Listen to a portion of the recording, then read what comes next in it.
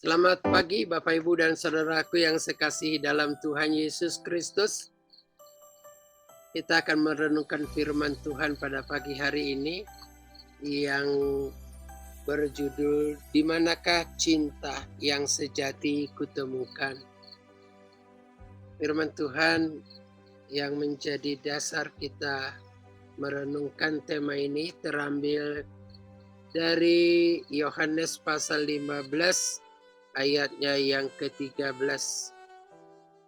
Demikian bunyinya. Tidak ada kasih yang lebih besar daripada kasih seorang yang memberikan nyawanya untuk sahabat-sahabatnya. Kalau kita berbicara tentang kasih, biasanya ada dua sikap yang timbul. Sikap yang pertama adalah sikap kelompok orang yang mengatakan, aku sudah bosan mendengarkan istilah kasih atau cinta. Karena terlalu banyak orang berbicara tentang kasih, tetapi bukti nyata tidak ada dilakukan. Ada juga orang yang berkata bahwa dia bosan karena sering mendengarkan kasih atau cinta, karena dia kecewa karena kasih atau cinta. Tetapi sikap kelompok yang kedua mengatakan, dikala aku mendengarkan istilah kasih atau cinta, hatiku bergetar.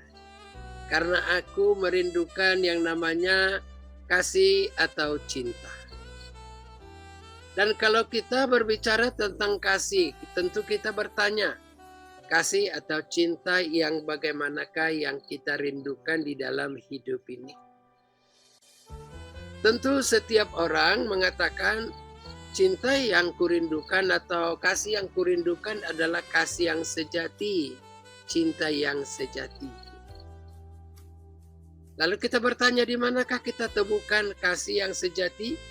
Dalam ayat bacaan yang kita baca tadi, tiada kasih yang paling besar, yang terbesar, jikalau seorang menyerahkan nyawanya oleh karena kasih. Nah, siapakah yang dapat berkata demikian? Yesus Kristus yang berkata, inilah tanda kasihku kepadamu. Aku memberikan nyawaku sebagai tebusan, menebus dan memberikan kamu hidup yang kekal. Hal itu berarti bahwa dia memberikan segalanya, dan itulah bukti kasihnya, dan itu adalah menyatakan cinta yang adalah segalanya, cinta yang paling berharga, cinta yang adalah segalanya. Allah berkata dalam Yohanes 3:16 berkata, karena begitu besar akan kasihku akan dunia ini sehingga aku mengaruniakan anaknya yang tunggal, supaya setiap orang yang percaya tidak binasa, melainkan beroleh hidup yang kekal. Berapa besar dan berapa luas akan kasih Allah kepada kita? Dalamnya lautan dapat diukur. Luasnya samudra dapat diarungi. Siapakah yang dapat mengukur luas dan dalamnya kasih Allah? Tidak seorang pun yang dapat mengukur luas dan dalamnya, karena kasih Allah melebihi segalanya. Allah memberikan yang paling berharga bagi kita. Dan bagi setiap orang yang sudah percaya dan yang sudah mengalami karya penebusan dalam Yesus Kristus, dialah yang paling berharga di mata Tuhan, dan Allah lah yang paling berharga dan adalah segalanya di dalam hidup kita. Nah, kalau kita berkata bahwa aku mengasihi Engkau ya Tuhan, tentu mana buktinya? Apa buktinya bahwa kita mengasihi Allah? Di dalam Yohanes 14 ayatnya yang ke-15 dikatakan, jikalau kamu mengasihi aku, kamu akan menuruti segala perintahku. Dan di dalam ayat 21 mengatakan, Barang siapa memegang perintahku dan melakukannya, dialah yang mengasihi aku. Dan barang siapa mengasihi aku, ia akan dikasihi oleh Bapa-Ku.